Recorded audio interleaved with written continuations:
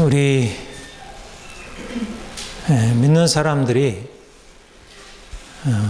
믿지 않는 사람들과 다른 게 뭘까요? 제일 크게 다른 게 무엇일까요? 여러분의 경험이나 또는 주변 사람들을 통해서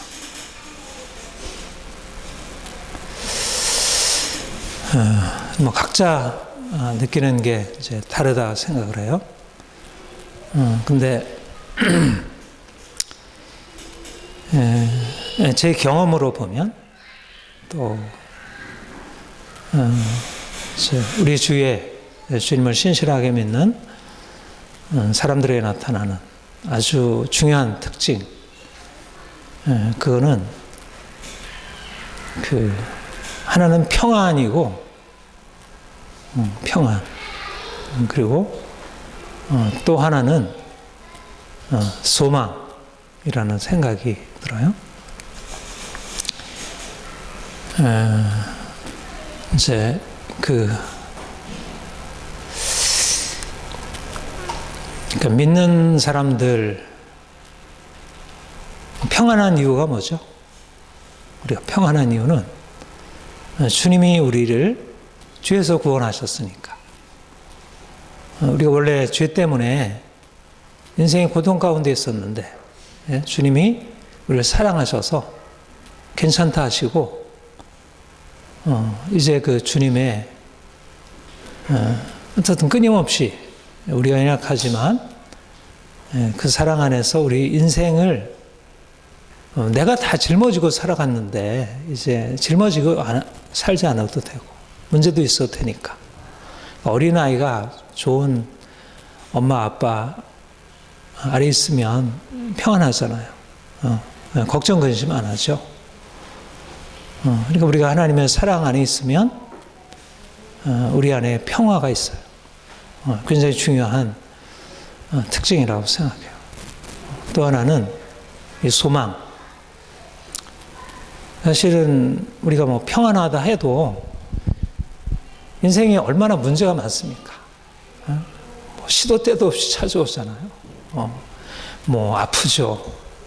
뭐 돈 떨어지죠. 아이들 뭐 말 안 듣고 말썽 피우죠. 뭐 부부간의 관계가 뭐 늘 행복하지 않잖아요. 얼마나 갈등, 막 좋았다가 또 갈등하게 되고. 이제 우리의 일에서 이러저러한 힘겨움이 생기고. 인생은 그렇게 낙관적이지 않고 오히려 부정적이고 우리를 힘들게 하는 것이 너무너무 많습니다. 인생을 잘 될 거야 그렇게 낙관적으로 바라본다는 것은 어린 아이의 경우에는 그게 뭐 가능할지 모르지만 점점 우리가 인생을 알아가고 여러 가지 삶의 그 복잡한 것에 이런 것이 더할수록 인생이 결코 소망보다는 오히려 두려움, 불안, 뭐 더 나아가서는 절망이 찾아올 때가 너무너무 많아요.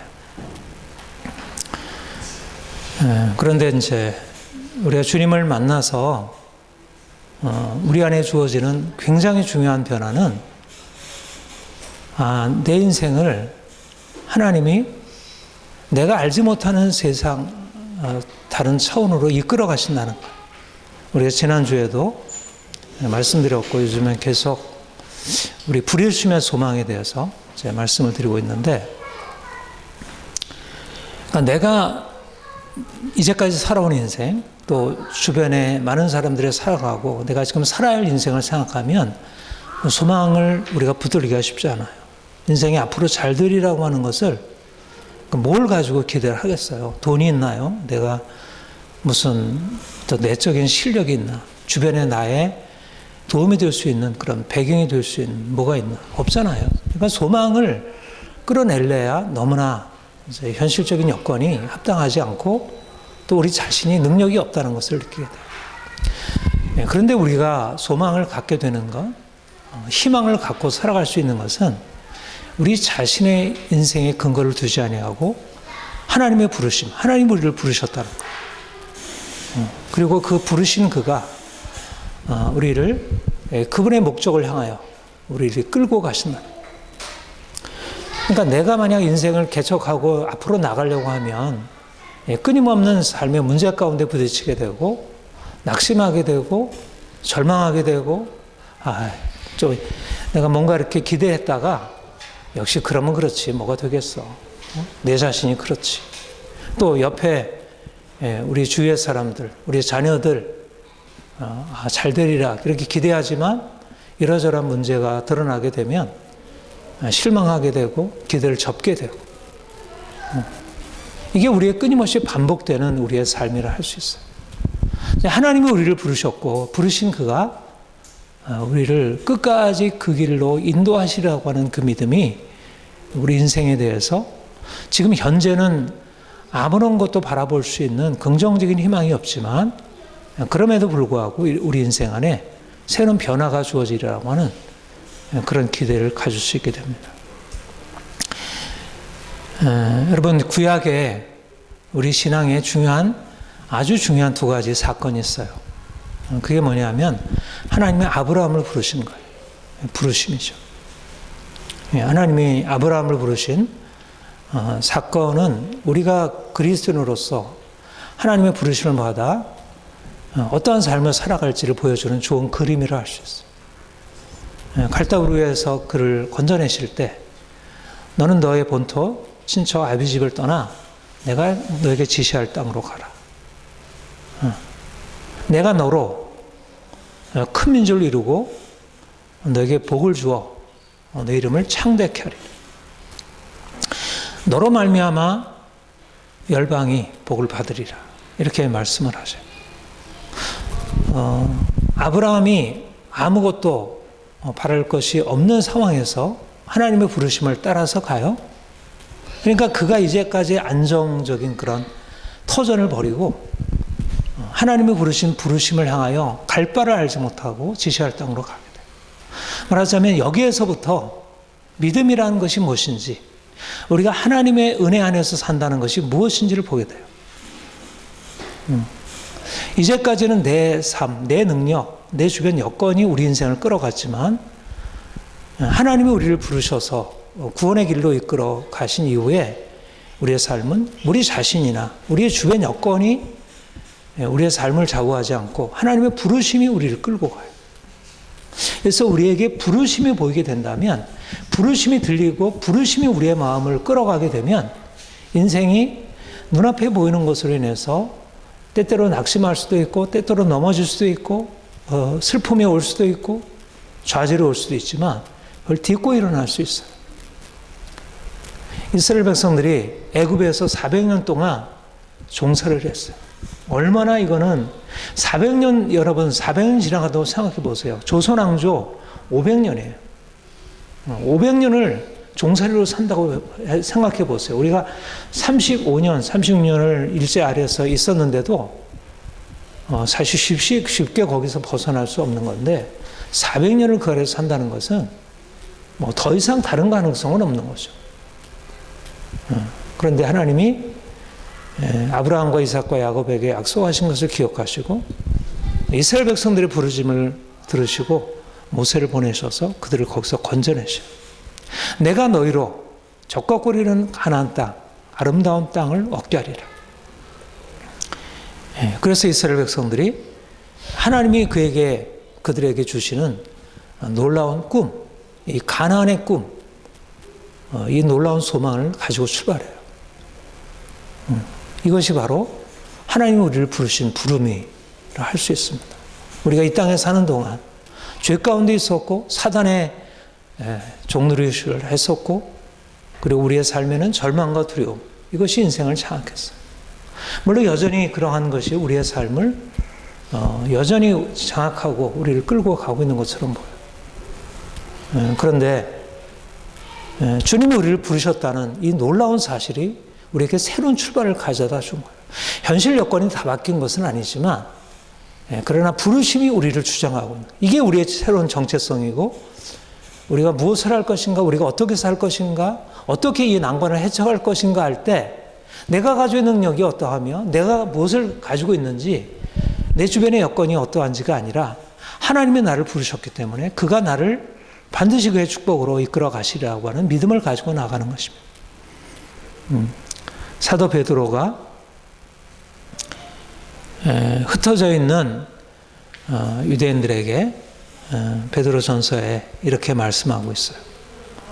너희가 지금은 여러 가지 환난을 당하고 있다.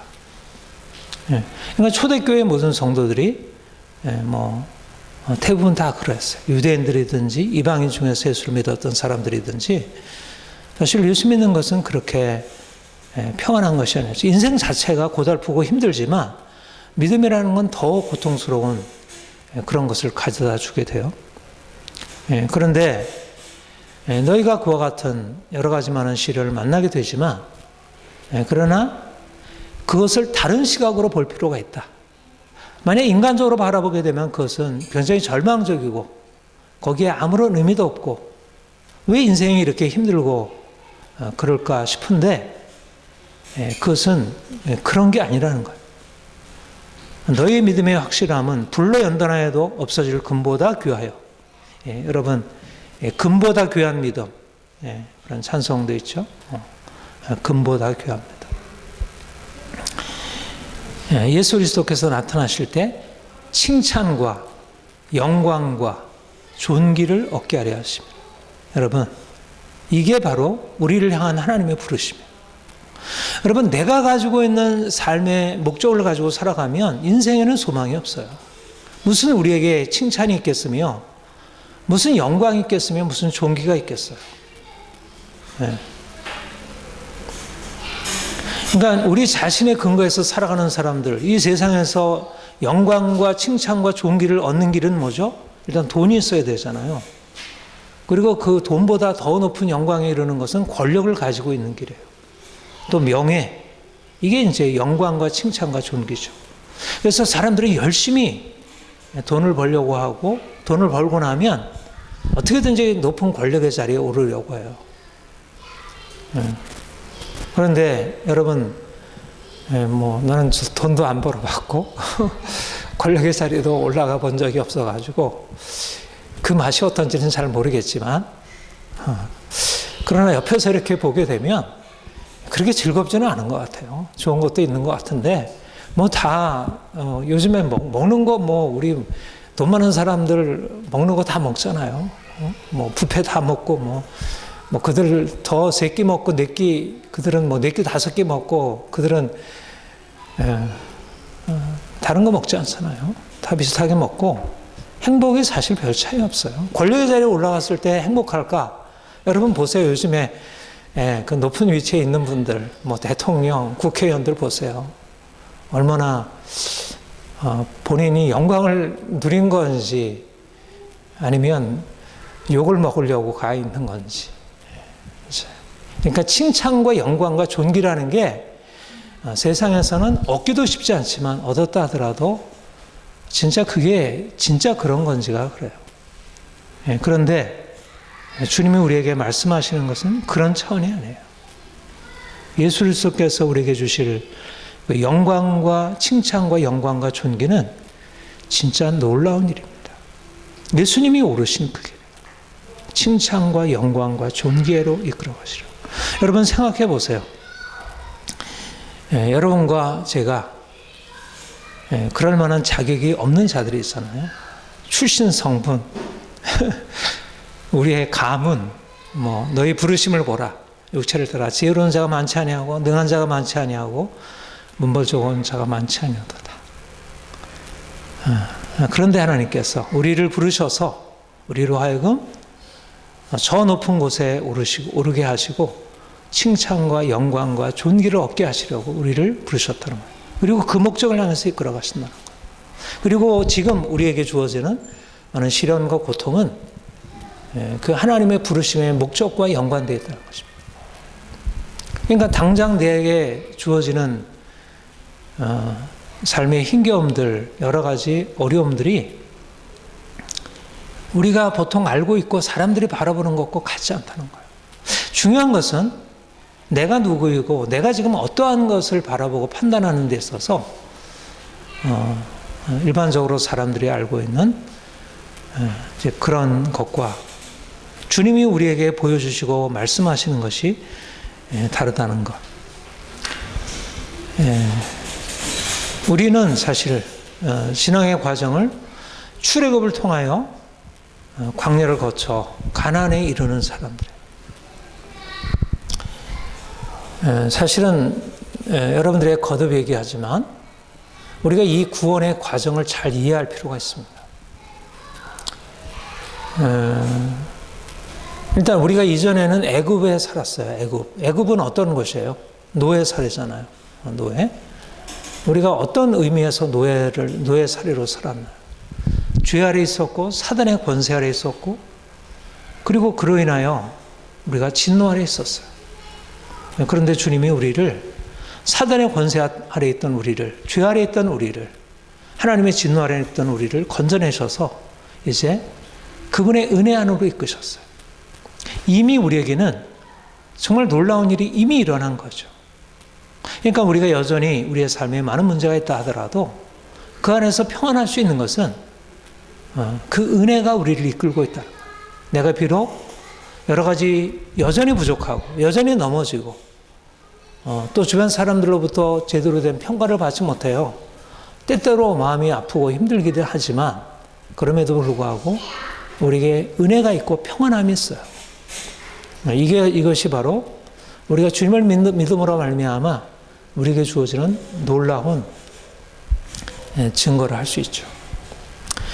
그런데 우리가 주님을 더 알아가면서 이제 평안하다, 이제는 괜찮다, 그것만이 아니고 우리에게 깨달아지는 것은 뭐냐면 내가 진짜 이제까지 내가 괜찮다고 생각했는데 이런 문제만 없으면 괜찮다고 생각했는데 이전의 문제는 상당히 많이 없어졌는데 보이지 않는 새로운 것이 보이기 시작하는 거예요. 전에는 나는 왜 이렇게 돈이 없나? 전에는 왜 사람들이 나를 이렇게 괴롭히나?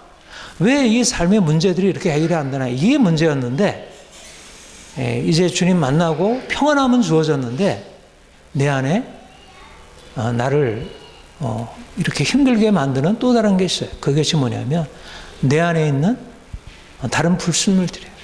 이전에는 그것이 너무나 당연했고 이 정도 살아가면 나는 그래도 다른 사람에 비해서 괜찮은 사람이야. 나는 그래도 거짓말도 안 하고 다른 사람보다 덜 욕심 부리고 덜 이기적이고 그래도 괜찮아. 그런데 우리가 주님을 알아갈수록 주님의 은혜 안에 있으면서 우리의 실상을 보게 돼요. 이게 바로 은혜가 우리를 이끌어가는 과정이에요. 그러니까 은혜가 오면 문제가 사라지고 어둠이 사라지지만 또 다른 의미의 어둠이 드러나게 돼요. 이전에는 보려고 하지도 않고 볼 수도 없었는데 내가 어둠 가운데 있었구나. 그리고 이 어둠이 여전히 내 삶에 영향을 미치고 있다는 사실을 알게 돼요. 그러니까 믿는 사람들에게 나타나는 증거는 평안함이지만 평안함에 그냥 계속 가게 되면 그거는 신앙생활이 문제가 있어요. 평안함과 함께 나타나는 것은 내가 문제 있는 사람이었구나. 그리고 그 문제로부터 내가 아직도 벗어나고 있지 못하고 여전히 나는 이전의 삶에서 계속 끌려다니고 있구나. 자기에 대해서 회의가 생기기 시작하는 거예요. 이것이 하나님이 이스라엘 백성들을 광야로 이끌어 가신 이유죠. 그래서 이전에는 내가 속해 있던 애굽에서 나오면 삶이 평안하고 그래서 감사하다 이렇게 생각했는데 이제는 내가 몸은 나와서 평안한데 내 안에 여전히 애굽에 살던 옛 습관들, 몸은 나왔지만 마음은 여전히 애굽에 살고 있다는 거예요. 애굽의 생각, 애굽의 관점으로 살고 있다는 거예요. 우리가 주님을 믿고 하나님의 자녀가 되어서 우리는 하나님의 자녀라는 새로운 정체성을 갖고 이제 하늘나라를 향한 나그네 된 백성, 하나님 나라의 시민이지만 우리는 여전히 세상에 속한 자로서 생각하고 세상에 속한 자로서 말하고 세상에 속한 자로서 행동하고 그렇게 살아가고 있다는 것. 우리가 주님을 믿는다는 게 뭘까? 바로 우리가 이전에 있었던 애굽에 살던 우리의 삶에 이것들이 끊고 이제는 가나안의 백성으로서의 새로운 정체성으로 살아가는 것입니다. 애굽에 속한 자가 이제는 가나안의 시민으로 온전하게 되는 것. 세상에 속하던 자가 이제 하나님의 나라의 시민에 합당한 자가 되는 것. 말하자면 몸만 애굽에서 나오는 것이 아니라 우리의 마음이, 우리의 삶이, 우리의 삶의 전체가 애굽에서부터 온전히 벗어나는 것. 그래서 하나님이 이스라엘 백성들을 이끌어 가신 것이 광야예요. 광야는 무엇일까? 우리가 속해 있었던 애굽을 드러내어서 이제 애굽의 잔재를 벗겨내는 것이 광야의 과정이에요. 광야를 통과하지 않고서 인생이 애굽으로부터 벗어나서 가나안의 그 놀라운 축복을 누릴 수 있게 될까? 불가능하다는 거예요. 하나님이 우리를 반드시 광야의 과정을 통하여 우리 안에 있는 불순물, 우리 안에 있는 악함, 우리 안에 있는 온갖 죄악들, 그러면서도 자신을 자랑하고 다른 사람을 판단하고 정죄하고 살아왔던 우리 인생을 하나님께서 드러나게 하셔서 그거를 바꾸시려는 것. 그러니까 우리로서는 왜 이렇게 힘겨운 시간이 계속되나요? 내가 하나님의 은혜 안에 있고 사랑 안에 있는데 왜 나는 하나님의 사랑받는 증거가 보이지 않나요? 그런데 주님께서 우리로 하여금 우리의 삶의 문제를 드러내신다는 것. 그러니까 우리는 이전에 애굽에 살 때는 애굽에 사는 것의 의미가 무엇인지를, 하나님 앞에서 그것의 실제적인 의미가 무엇인지를 잘 몰랐어요. 그런데 우리가 주님 만나고 나서 주님의 빛 가운데 거하면서 이제 우리가 이전에 살던 삶의 의미가 드러나게 돼요. 그것이 어떤 의미를 가지고 있는지. 에베소서 2장에 보면 그때 너희는 그 가운데서 행하여 이 세상 풍조를 따르고 공중의 권세 잡은 자를 따랐으니 곧 지금 불순종의 아들들 가운데 역사하는 영이라. 우리의 세상에서의 삶, 우리의 애굽에서의 삶은 이 세상 풍조를 따르고 공중의 권세 잡은 자, 사단의 뜻을, 그 권세 아래서 살았다는 것. 그러니까 내가 내 마음대로 선택하는 것 같지만 그러나 이미 악한 사단의 영향력 아래 살았다는 것. 그래서 불순종의 아들들 가운데서 역사하는 영이라. 우리도 그 가운데서 우리의 육체의 욕심을 따라 지내며 육체와 마음에 원하는 것을 하여 다른 이들과 같이 본질상 진노의 자녀였더니. 이게 우리가 과거부터 살아왔던 것이고 이게 여전히 우리의 삶에 미치고 있는 영향력들이에요. 예수를 믿고 나서 우리가 바로 하나님의 백성 되어서 이제 우리의 생각이 바뀌고 우리가 온전히 하나님의 뜻에 합당한 자로 그렇게 소망을 가지고 열정적으로 살아가면 얼마나 좋겠어요. 완전히 뒤바뀌어진다면. 근데 그렇지가 않은 것입니다. 여전히 우리는 하나님의 자녀로 부름받고 하나님의 말씀도 있고 우리가 우리 마음의 때때로 그런 결심이 일어나지만 여전히 우리의 삶에서 선택하는 것들은 과거에 해왔던 것, 공주의 권세 잡은 자의 영향력 아래서 불순종하는 자들. 근데 그 불순종하게 되는 가장 근원적인 것이 무엇일까? 여기서 육체의 욕망을 따라 지내며 육체의 욕심을 따라 지내며 육체의 마음에 원하는 것을 하여 육체의 욕망이 근원적으로 문제라는 것입니다. 여러분, 우리가 하나님 나라의 백성으로 가나안의 축복을 누리기 위해서 가장 크게 다뤄야 할 게 뭘까? 바로 육체의 욕망이라. 육체의 욕망. 이건 남자든 여자든 나이가 많은 어린이든 할머니든 할아버지든 청년이든 청소년이든 어린아이든 한결같이 인생에 있어서 근본적인 문제, 다뤄야 할 문제, 이것이 바로 육체의 욕망이라는 거예요. 근데 이게 헷갈리는 게 이게 육체의 욕망이라는 거, 헷갈리는 게. 사실 육체의 욕망이라는 거는 어떻게 보면 우리가 이 땅에 살아가는 것이 사실은 다 뭐 욕망, 욕구, 그게 이제 우리 인생의 바탕이잖아요.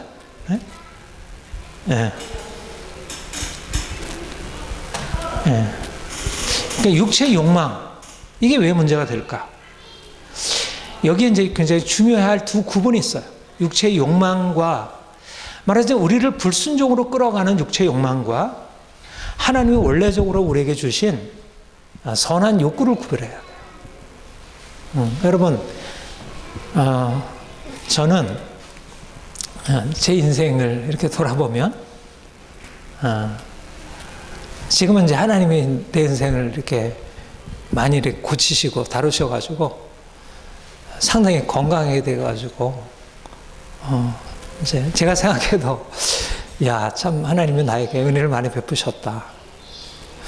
근데 나는 이제 그 과거 인생을 돌아보면 내 인생에 대해서 이렇게 평가가 돼요. 나는 진짜 병든 인생이었어요. 근데 정말 주님이 나를 치료하셨는데 그 확실히 가장 큰 병든 것의 그 이유가 내가 종종 이런 얘기하는데 나는 욕심이 너무 없는 거예요. 하고 싶은 게 너무 없는 거예요. 먹고 싶은 거, 뭐 듣고 보고, 뭐 여행 가고, 뭐 사람 만나고. 나는 도무지 내 안에서 뭐 하고 싶은 게 없어요. 그래가지고 제가 옛날에 우리 여러분들도 이제 기억하실지 모르겠는데 옛날에 우리 교회에서 아주 처음에 초창기예요. 수련회를 갔는데 그때 이제 무슨 검사를 했어요. 무슨 어떤 삶에 대한 검사, 이 사람의 성향이 어떤지. 그래서 이제 내가 그 설문지에다 검사를 하고 그거를 이끌어 가시는 그 장로님이 내 그 내용을 보고 목사님이 이런 걸 가지고 어떻게 목회를 하실 수 있겠냐. 너무 하고 싶은 게 아무것도 없다고 써놨으니까. 아니 사람들과 이해를 하고 목회를 하려면 아니 사람들이 먹고 싶은 거, 보고 싶은 거, 뭐 돈도 가지고 싶은 거 이런 거 있어야 되는데 나에겐 그런 게 도무지 없으니까 도무지 없지는 않았겠죠. 근데 완전히 이게 말라가지고 근데 이제 하나님이 이제 제 인생 안에 역사하셔가지고 나를 치료하시면서 건강하게 하시니까 이제 그런 게 좀 살아나더라고요. 먹고 싶은 것도. 근데 여전히 먹고 싶은 거, 뭐 어디 뭐 가고 뭐 이런 거 별로 그렇게 크게 일어나진 않아요. 그런데, 하나님은, 인생을 만드실 때, 진짜 인생을 아름답고 행복하게 살게 하시려고 만드셨어요. 하나님이 아름다운 자연 만드셨죠. 우리가 조금 전에도 이제 참 아름다워라 주님의 세계는 저 산에 피는 꽃들, 새들, 나무들, 해와 달과 별들과 제가 요즘에 운전 이사가지고 산책하고 뭐 종종 뭐 물고기도 제가 사진 찍어서 올리고 그러니까 그런 게 보이고 그런 게 너무 이제 좋은 거예요. 그러니까 하나님이 주신 것들이고 그 좋은 것을 좋은 것으로 누릴 수 있다는 것은 진정한 인생의 행복이에요. 이건 하나님이 우리에게 주시는 선물이에요. 네, 아멘이에요. 근데 이제 그러니까 하나님이 이 세상을 아름답게 시켜놓고 아름답게 만들어 놓고 그거 보면 안 돼, 그거 먹으면 안 돼 이렇게 하실 이유가 없죠. 그러니까 기독교는 결코 금욕주의가 아니에요. 하나님이 만들어 놓으신 아름다운 자연을 즐기고 맛있는 음식 먹고 그리고 좋은 음악 듣고 아름다운 이런 그런 것을 이제 이렇게 누리고 살아가는 거. 제가 지난 목요일 날인가요? 금요일 날인가? 금요일 날이었나요? 요 근처에 마장호소 갔는데 너무 좋더라고요. 날씨는 너무 좋고 물에다가 뭐 출렁다리 뭐 그리고 둘레길 뭐 너무 좋더라고. 그러니까 하나님의 인생을 아름답게 지으시고 그리고 그 아름다운 것을 누리도록 우리 안에 그런 욕구를 주셔서 맛있는 거 먹고 즐기고 또 좋은 경치 보고 즐기고 사람들을 만나서 함께 즐기고 이것을 하나님께서 허락하신 거예요. 그래서 디모데전서 4장 4절에 하나님이 지으신 모든 것이 선함에 우리가 같이 한번 읽어볼까요? 시작.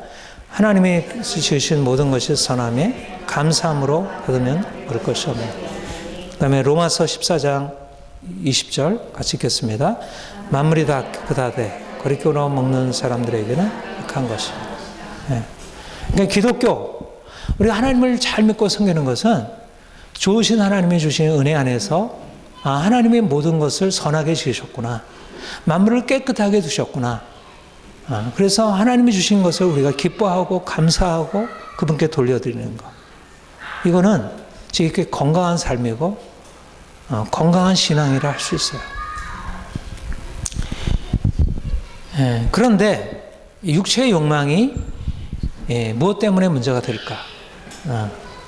육체의 욕망의 문제는 하나님이 주신 우리에게 주신 욕구, 또 우리의 삶에 주어진 많은 좋은 것들, 선한 것들 그 자체를 우리가 좋아하고 그것을 추구하는 것 자체가 문제가 아니라 하나님이 정하신 경계를 넘어가는 것이. 육체의 욕망의 문제가 뭐냐면 내가 하고 싶은 것을 하다가 하지 말라는 것을 하게 되는 거예요. 어린아이에게 우리가 아이들에게 좋은 음식 먹이고 싶고 그 다음에 좋은 거 누리게 하고 싶잖아요. 뭐 그것을 싫어할 부모가 어떻겠어요. 근데 아이에게 야단치고 벌하게 되는 이유가 뭘까요? 아이가 하지 말라는데 하는 거잖아요. 게임 좀 하지 말라는데 계속 게임하고 공부는 안 하고. 그리고 자기가 먹고 싶다고 해서 동생 그거 뺏고, 거짓말하고. 그러니까 문제는 뭐냐면 육체에 자기가 맛있는 거 먹고 싶고 내가 즐기고 싶은 것이 문제가 아니라 내가 가지고 있는 그 욕구 때문에 하지 말라는 경계를 넘어가게 되기 때문에 그게 문제가 되는 거예요. 이게 바로 육체의 욕망이라. 하나님이 주신 선한 것이지만 그러나 하나님이 세우신 그 경계 안에 울타리 안에 있어야 되는데 그 울타리를 벗어나서 행하게 되는 것이 바로 우리를 망하게 하고 죄에 빠지게 하고 욕심 잉태한 지 죄를 낳고 죄가 장사한즉 상을 낳느니라. 우리가 잘 아는 창세기 3장에 하와가 이제 동산을 거니는데 뱀이 다가와서 그에게 동산 나무 실과를 전체 먹지 말라 하더냐? 아니라 저 중앙에 있는 선을 알게 하는 나무 열매를 먹지 말라고 했다. 무슨 말이냐? 그 나무를 먹으면 정령 죽으리라. 아니야, 결코 죽지 않을 거야. 그 나무를 먹으면 하나님과 같이 될 거야. 그래서 하와가 뱀의 말을 듣고 그것을 보니 어땠어요? 보암직하고 먹음직하고 보암직하고 지혜롭게 할 만큼 탐스럽기도 한지. 이게 욕망이에요. 욕망. 육체의 욕망. 바로 그가 불순종하게 된 원인이 육체의 욕망이 그를 사로잡은 거예요. 말씀에서 먹지 말라고 했는데 먹은 것입니다. 동산에 있는 너무나 아름다운 것들을 다 누리도록 하셨는데 하나님이 금하신 것을 행한 거예요. 여기에 바로 그가 범죄하고 아담이 범죄하여 결국 인류에게 고통을 가져다 준 죄의 뿌리가 심겨지게 되었어요. 오늘날도 마찬가지로 많은 사람들이 하나님이 주신 그런 욕구, 그런 어떤 본성들을 하나님이 하지 말라고 하는 경계를 넘어가서 행하게 되는 것. 이게 바로 인생에 망하게 되는 이유인 것입니다. 어떻습니까? 근데 우리의 마음 안에 일어나는 그런 잘못된 욕망들, 이런 것들이 잘 다뤄지나요? 사실상 이미 우리의 욕망이 이미 경계를 넘어서 오랫동안 살아온 거예요. 너무 오랫동안. 우리가 제대로 된 가르침을 통해서 이것이 경계 안에 머물면서 정말 좋은 것을 행복하게 누리는 것이 됐으면 자연스럽게 이게 됐을 텐데 잘못된 환경 속에서 자라면서 우리는 우리의 욕망을 제어하지 못하고 계속해서 잘못된 것을 향해서 길이 드니까 그런 것이 나타나기만 하면 그냥 마음이 그냥 행하게 되고 전혀 그 말씀이 들리지 않는 방식으로 살아온 거예요. 우리가 믿는 사람이지만 여전히 우리가 이전에 살던 육체의 욕망을 따라 지내며 육체와 마음을 원하는 것을 하여 본질상 진노의 자녀였더니 이게 우리 인생이었고 이게 예수를 믿고 나서도 여전히 우리의 삶에 미치는 영향력인 것입니다. 우리가 어떻게 가나안 땅에 들어가기에 합당한 사람이 될까요? 우리 안에 뿌려진 이 욕망을 온전하게 다루는 것입니다. 그래서 하나님이 이스라엘 백성들을 광야로 인도하셨고 우리에게 이제 새로운 레슨, 욕망을 따라 사는 삶이 아니라 말씀을 따라 사는 삶으로 우리를 바꾸시는 것입니다. 사람이 우리 같이 읽을까요? 시작. 사람이 떡으로만 사는 것이 아니요 여호와 입에서 나오는 모든 말씀으로 사는 줄을 너희로 알게 하려 하십니다. 이게 새로운 우리의 삶의 방향성. 우리의 욕망, 떡을 향한 욕망, 먹는 것을 향한 욕망, 우리의 소유를 향한 욕망, 세상을 향한 욕망이 끊어지고 이게 깨어지고 하나님의 말씀이 우리를 끌어가면서 말씀으로 인해서 우리 인생이 새롭게 설정이 되고 나가는 것. 이제까지는 내 욕망이 끌어내는 대로 끌어가는 대로 말씀에 가지 말라는 곳으로 자꾸 갔는데 이제 말씀에 가지 말라고 하면 멈추고 말씀에 가라고 하면 그 안에서 마음껏 뛰놀고 자연을 즐길 수도 있고 먹는 것을 즐길 수 있지만 자연을 즐길 때도 먹는 것을 즐길 때도 말씀 안에서 하나님의 말씀이 우리를 끌어가는 대로 이것이 바로 우리 새로운 삶의 습관입니다. 그런데 이미 너무 오랫동안 우리 안에 세상 욕망이 육체 욕망이 우리 인생을 끌어왔고 이것이 너무 깊이 작용하고 있어서 내가 제어되질 못할 만큼 자꾸 욕망이 올라오는 거예요. 그래서 우리가 광야를 지난 동안 우리에게 필요한 것이 뭐냐면 이제까지 오랫동안 우리 안에 뿌리 내린 그런 육체의 욕망을 대항하여 싸우고 이것을 거슬러 가서 살아가는 것. 그래서 이제는 더 이상 욕망에 끌려다니는 인생이 아니라 욕망이 우리를 끌어가는 것을 그냥 방임하고 살아가는 것이 아니라 말씀으로 이것을 지하고 살아가는 것. 이것이 오늘 우리 본문에서 말씀하고 있는 이 내용이 됩니다. 사랑하는 자들아 거루민과 나그네 같은 너희를 권하노니 우리 같이 한번 읽을까요? 시작. 자들아 거루민과 나그네 같은 너희를 권하노니 오늘 거슬러 싸우는 우리의 정욕을 지어. 거루민과 나그네라는 말은 우리의 정체성, 우리가 가야 할 곳은 여기의 세상에서 행복이 아니고 저기 하늘나라에 합당한 자의 모습이라는 것입니다. 우리는 하나님 나라의 새로운 백성으로 부름받았기 때문에 이전에 살 때는 육체의 욕망을 따라 지났지만 이제는 우리의 영혼의 소욕, 하나님께서 우리를 부르신 부름에 합당하게 살리라고 하는 우리 내면의 부르심을 따라서 살아가는 거예요. 그러니까 그렇게 되려면 내 안에 일어나는 육체의 욕망, 계속 세상을 향하게 되고 내가 원하는 방식으로 살아가게 하는 것들을 끊고 그것을 거슬러 가야지. 그것을 허용해서는 안 된다. 이게 바로 그리스도인의 삶에 있어서 굉장히 중요한 일입니다. 육체의 욕망이 일어나지만 때때로 그 육체의 욕망 때문에 우리가 이걸 끊을 수 없는데 자꾸 끌려가게 되는 것을 느끼지만 그러나 그것을 허용하지 않고 이것을 끊어내는 것. 그런데 아까 여러분들이 말씀한 대로 기독교는 결코 금욕주의는 아니라 그랬어요. 근데 금욕주의는 아니지만 때때로 어떤 의미에서 금욕이 필요한 거예요. 우리가 이제까지 매였던 것을 끊어내는 게 필요한 거예요. 내가 나를 사로잡고 있는 것이 있다고 하면 그것을 끊어내는 것이 필요해요. 그러나 무엇보다 필요한 것은 뭐냐면 은혜 안에 있는 것이 필요해요. 은혜 안에. 은혜가 아니면 우리의 삶을 바꿀 수 없어요.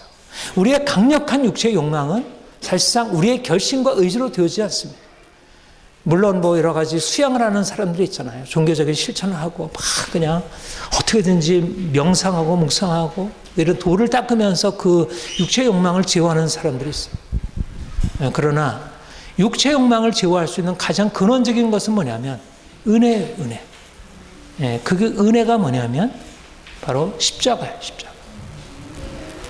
그리스도 예수의 사람들은 육체와 함께 그 정욕과 탐심을 십자가에 못 박았느니라. 우리가 어떻게 그 어려서부터 끈질기게 우리의 삶을 끌어온 육체 욕망을 끌어내고 우리의 삶을 새롭게 할 수 있을까요? 십자가의 능력이 있어서입니다. 나로서는 할 수 없지만 십자가를 붙들면 십자가가 우리를 변화시키는 것입니다. 십자가가 우리 인생 안에 들어와서 내가 어찌할 수 없이 자꾸 끌려다니던 것에서 주의 십자가의 능력이 우리를 깨뜨리고 우리를 변화시키고 근데 그 십자가의 능력을 하나님께서 나타내시기 위해서 광야의 과정들을 이끌어 가시고 광야의 과정 속에서 우리의 어리석음이 드러나게 하시고 그때마다 하나님께 나아가 또 회개하고 십자가의 은혜를 붙들고 하나님 잘못해서 용서해 주세요. 또 내가 다시 새롭게 살겠어요. 그런 과정을 통해서 주님께서 우리를 새롭게 하시는 것을 경험하게 돼요. 사람들은 인간은 안 돼. 어려서 한 번 결정된 그 성격은 바뀌지 않아. 그거는 노력한다고 될 일이 아니에요. 경험적으로 보면 그 말이 맞아요.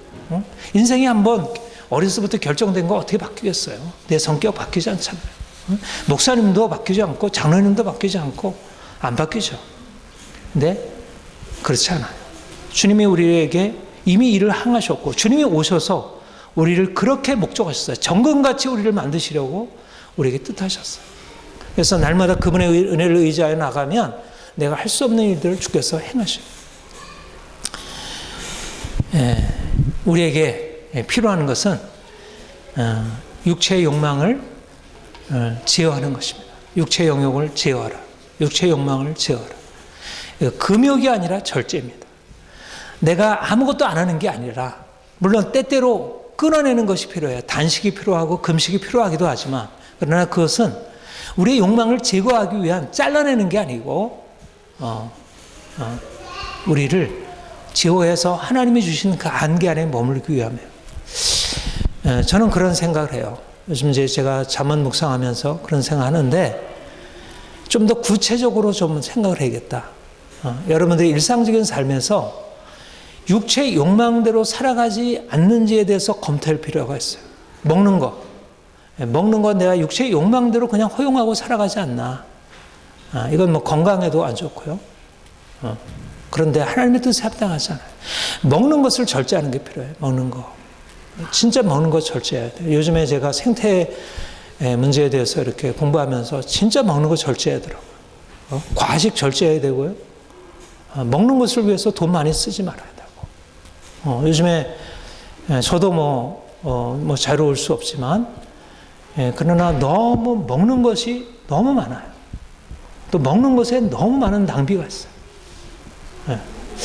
좀 더 절제해야 돼요. TV, 핸드폰, 동영상 시청하는 거 절제해야 돼요. 진짜 절제해야 돼요. 특별히 어린아이들, 우리 청소년들 정말 절제시켜요.